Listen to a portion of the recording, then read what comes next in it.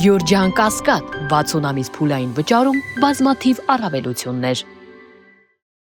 Պարոն Թորոսյան, ես իհարկե հասկանում եմ, որ դուք կուզենայիք ինֆորմացիայի հոսքը արգելափակել եւ օրինակ երկիր մեդիան եթերազրկել եւ հանրապետական սփռում շնորհել օրինակ սպորտային մի ալիքին, տերը ձեր հետ շատ մտերիմ հարաբերություններ ունի եւ շողակաթ եթերազրկելը ձեր քաղաքականության մի մասը։ Ես հասկանում եմ, որ դուք կուզենայիք, որ մեր հայրենակիցները միայն օրինակ perfect TV նայեին, լավ, Նիկոլա Մռնչաց Ալիևը վազեց պամպերսները փոխելու, բայց եկեք ընդունենք, որ իրականությունը մի քիչ տարբերվում է, այլապես աստվածավախ եւ կրթված Արծրուն Հովհաննիսյանի խոսքերը Դեգդիգական նահանջի մասին իրականությանը մի քիչ ավելի մոտ կլինեին, քան թե ձեր կուսակցության ղեկավարի կիրթ եւ կառուցողական գործընկերոջ խոսքերը։ Հիմա անցնենք հարցերի։ Քանի որ ես ինչքան հասկանում եմ, արձագանքի հնարավորություն չկա, ես խնդրեի մի քիչ շատ լավ, շնորհակալություն, բայց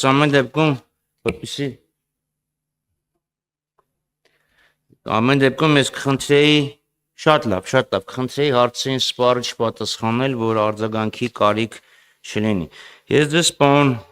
Թորոսյան, հարցում էի ուղարկել, խնդրել էի, որպեսզի վարձու աշխատողների եւ աշխատավարձերի վերաբերյալ համապարփակ տեղեկատվություն ներկայացնեք։ Անկեղծ շատ տարակուսած եմ, որ այս պատասխանն եմ ստացել, ձեզ չի հետաքրքրում, օրինակ Միրիդիան արժեքը որն է մեր աշխատավարձերի, կամ մոդա արժեքը որն է։ Ես ինքս շատ լավ գիտեմ պետեկամուտների կոմիտեի տեղը, իրենց հարցում եմ ուղարկել եւ մի քանի էջանոց շատ մանրամասն պատասխան եմ ստացել։ Բայց խնդիրը նրանում է, ձեզ էի հարցել, որովհետեւ իրենք աշխատավարձի այսպես կոչված հաշվարկ չեն տանում, իրանք տանում են աշխատավարձի եւ դրան հավասարեցված այլ վճարների մասին տեղեկություն։ Լավ, իրանց պատասխանը ասում աշխատավարձի վերաբերյալ առանձնացված տեղեկատվություն չունենք, բայց որ աշխատանքի եւ սոցիալական հարցերի նախարարությունը չունի, դա ներողություն եմ խնդրում, էլի մի քիչ անհասկանալի է։ Խնդրեմ ներկայացրեք ինձ Մերիդիան արժեքը։ Մերիդիան արժեք, ներողություն եմ խնդրում։ Այլապես որ ասում եք միջին աշխատավարձը 300,000 է մոտավորապես։ Բավ մարդկանց մոտ են թյուր տպավորությունն է ստեղծում, թե կեսը այդքան է ստանում, կեսը մի քիչ ավելի շատ։ Մյուս խնդիրը, ես ձեզ պարոն նախարար, հարց էի ուղարկել, ձեր այս դեկտեմբերի 12-ի որոշման հետ կապված 1990L ծրագրի շահառուների որ մասն է վերադարձել ֆորմալ աշխատաշուկա, կոնկրետ որ մասն է եղել ստվերում, հիմա վերադարձել է ֆորմալ աշխատաշուկա։ Դուք ինձ ինչ եք պատասխանում։ Ծրագրի շրջանակում բոլոր հաստատված կարգավիճակ ունեցող դյումների դյումատուները ներկայացնելու պահին հանդիսացել են գրանցված աշխատողներ։ Բա բնականաբար այդ ծրագիրը գրանցված աշխատողներին է վերաբերում։ Ուղղակի այդ մարդը նոր աշխատանքի անցել, թե սևից մտել է սպիտակ դաշտ։ Տեսել եք ինչ եք ուղարկել։ Այսինքն հարցիս պատասխանը ձեր պատասխանն է, հա։ Մյուս խնդիրը։ Շատ լավ։ Մյուսը 1990 էլի բանաձևի հետ կա ներողություն որոշման հետ կապված։ Ձեր գնահատականներով ընդհանրապես այդ ձեր որոշումը կառավարության ընդունած ինչ ազդեցություն է ունեցել օրինակ Հայաստանի Հանրապետությունում անհուսալի վարկերի դինամիկայի վրա։ Ինձ որոշում ուսումնասիրություն արել եք, թե չէ։ Եվ չորրորդ հարցը, երբ այսօր նաև ձեր կուսակիցները դեմքը վարկեցին մի բանաձևի, որը պահանջում էր Ադրբեջանից ապահովել արցախցիների վերադարձը, իրենց բնորան, դուք ասում եք ապահովել այդ մարդկանց ինտեգրումը Հայաստանի հասարակությունում։ Ինձ հետաքրքիր է, դուք ինչ որ ծրագրեր ունեք, մասնավորապես վարելիքակսուկային նյութերի, պահեստից, զոհերի ընտանիքներին թիրախավորող, որովհետև այդ մարդիկ կորցրել են հարազատներին, շատերը կորցրել են իրենց միակ կերակրողին եւ որևէ աջակցություն կառավարությունից չեն ստանում։ Օրինակի տարբերություն 2020 թվականին, երբ կար դեկտեմբերի 17-ի որոշում, 2020 թվականի դեկտեմբերի 28-ից Ադրբեջանի Հանրապետության կողմից Արցախի Հանրապետության ուղղված պատերազմական գործողությունների հետևանքով քաղաքացիական անձանց զոհերի վերաբերյալ։ Հիմա այս կատեգորիան բացառապես որևէ աջակցություն չի ստանում։ Դուք ինչ որ ծրագիր ունեք մարդկանց կարիքները հոգալու համար։ Շնորհակալություն։ Պատասխանեմ հարցերին։ Պարոն Խաչատրյան, ուրեմն ԼՂ պայթյունի մեր հայրենիք պայթյունից զոհված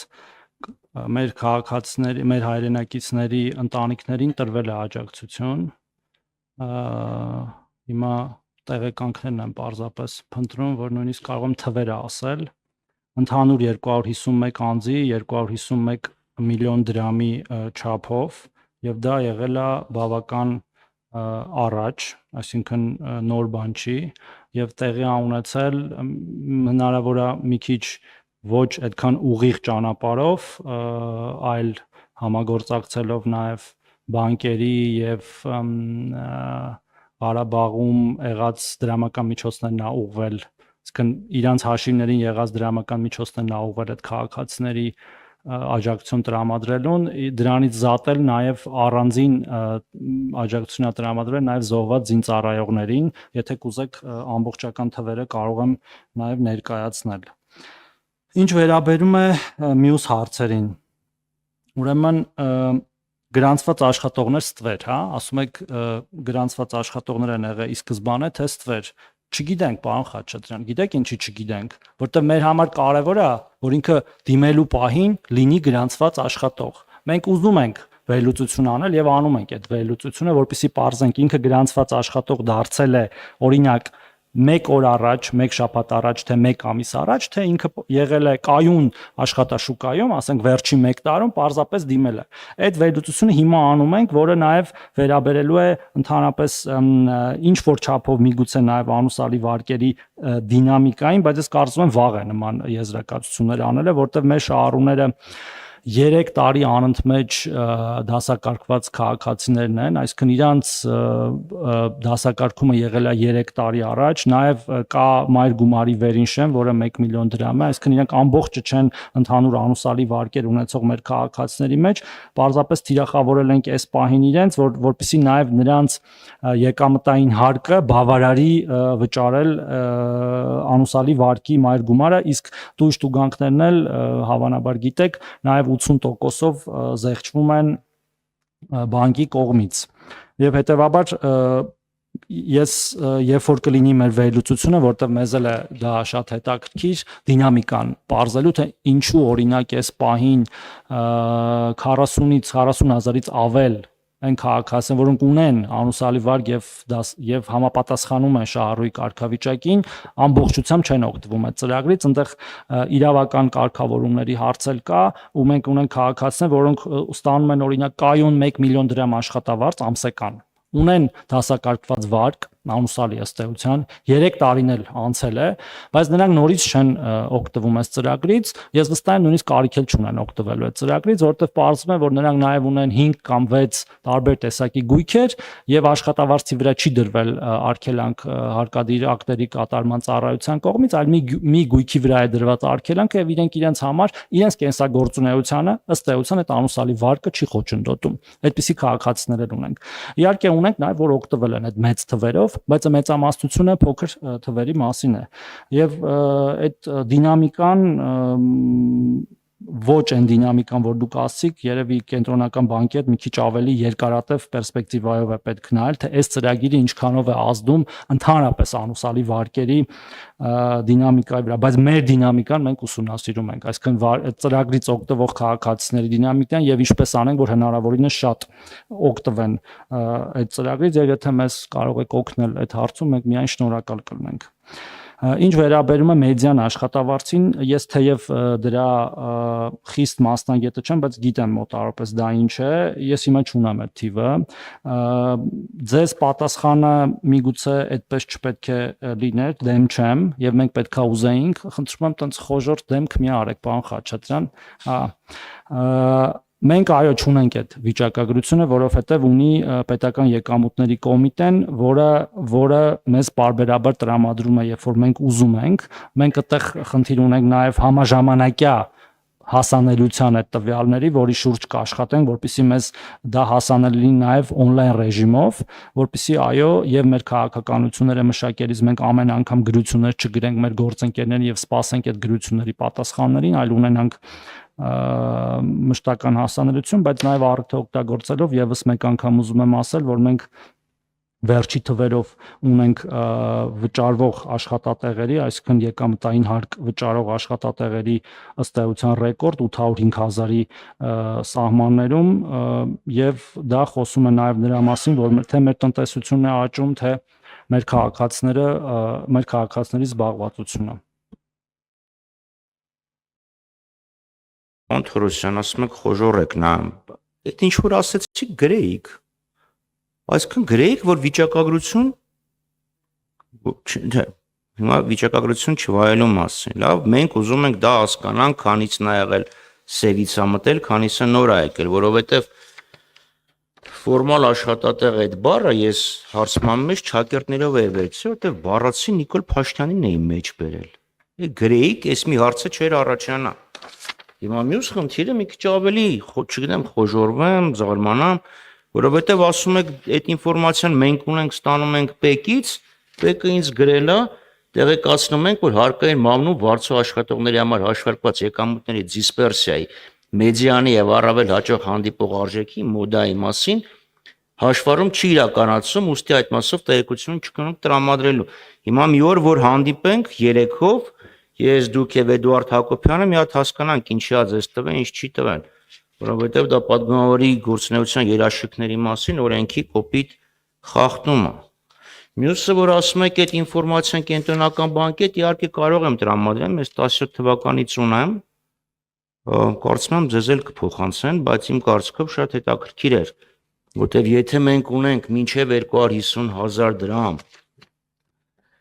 սպառողական վարկ ունեցող անձանց շեշտակի աճ, դա վարկառուների թիվը 47,670 17 թվականի հոկտեմբերի 1-ին եւ 136,511 25 թվականի հոկտեմբերի 1-ի դրությամբ, դա նշանակում է սոցիալական բարեկեցությունը չի աճել։ Այսինքն այդ մարդիկ ոչ միայն իրանք 250,000 դրամ չունեն, այլ չունեն մեկը, ումից կարող են գնան եւ պարտք վերցնեն այդ անտեր ԴԱԿ-ի փողը տան վերջացնեն։ Այդ բավականին լուրջ խնդիր է, բավականին լուրջ վերլուծության արդյունք, վերլուծության կարոտ է։ Ոչ թե ստորագրեն, ասեն էս չունենք եւ այլն։ Ելն եմ ասում, ես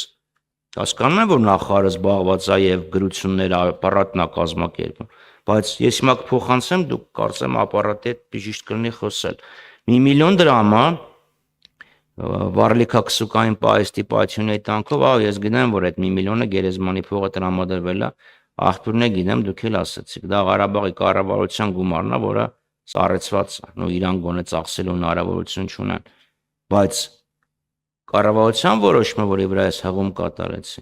ինքը նաև կարգավիճակ է ենթադրում,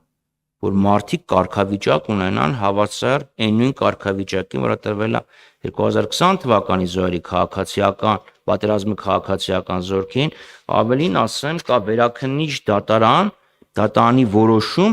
որը հստակ գրել է, որ այդ մարդիկ դժբախտ պատահարի զոհ չեն, դա պատերազմական գործողությունների հետևանքի զոհ է, եւ դրա համար ես առաջարկում եմ գալիք բյուջեում այս հատվածը օգտագործել եւ նաեւ ինչ որ մի բան այդ հարցում այդ ուղղությամբ ներառել։ Շնորհակալություն։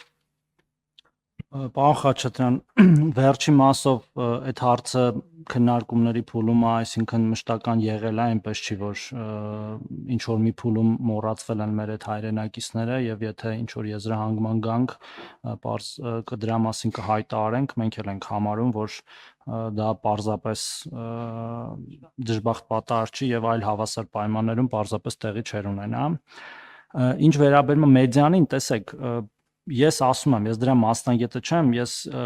մեր մասնագետների հետ խոսել եմ դրա մասին եւ գիտեմ տարբերությունը մոտավորապես միջին աշխատավարձի եւ մեդիանի եւ այդ կտրուկ շեղումները, երբ որ մաքրվում են եւ ինքը ավելի ճիշտ է ցույց տալիս միջին եկամուտը աշխատողների, բայց ինքը մի քիչ իմ կարծիքով գիտահետազոտական գործ է, որը մենք անում ենք եւ ես հիմա այս առիթը օգտագործելով ես հետ կգամ այդ թվերով ձեր մոտ նամակներն էլ բոլոր падգամավորներից սովորաբար հանձնարարված է, որ ես անպայման կարդամ նոր դուրս գան, ենթադրում եմ ինչ որ բան բաց եմ թողել, իսկ բաների մասով, անուսալի վարկերի մասով ես դեմ չեմ, որ իհարկե ուսումնասիրության կարիք կա, բայց ես նաև գիտեմ նախորդ կառավարության նիստին դրա մասին հայտարարվեց, որ մենք այս պահին էլի պատմական մինիմումի վրա ենք վարկերի սպասարկման պրոբլեմների մասով, էլի ֆինանսական կրթություն չունեմ, որ ճիշտ բառը օգտագործեմ, միգուցե պարոն Խաչատրյանն ինձ օգնի այդ հարցում, երբ որ մենք հիմա ունենք ամենացածր տոկոսը, երբ որ վարկերը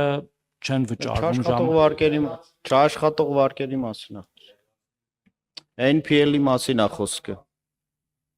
Այս պահին նման վիճակագրություններ ունենք, բայց ենթադրում եմ մեր կենտրոնական բանկի գործընկերները ավելի լավ կկարողանան այդ հարցին պատասխանել։ Մենք մեր ծրագրի շրջանակներում մեր ծրագրի արդյունավետությունը վերլուծելու հիմա աշխատանքներ ենք իրականացնում, որը միգուցե մեզ կդրթի դրա մեջ ինչ-որ շտկումներ անել, որպեսզի այո մեր այդ առնվազն են քաղաքացիներ, որոնք որ ունեն այս պահին ֆորմալ զբաղվածություն եւ որոնք ունեն զբաղվածություն, բայց ոչ ֆորմալ, դառնան ֆորմալ, հաղթահարելով այն վախը, որ եթե դառնան ֆորմալ զբաղված, այսինքն սկսեն ստանալ իրենց քարտերի վրա, հաշիվների վրա գումարը, ապա դա ամբողջությամբ կբռնագանձի եւ իրենք ըստ էության իրենց ծախսելու գումար չի մնա։ Շնորհակալություն։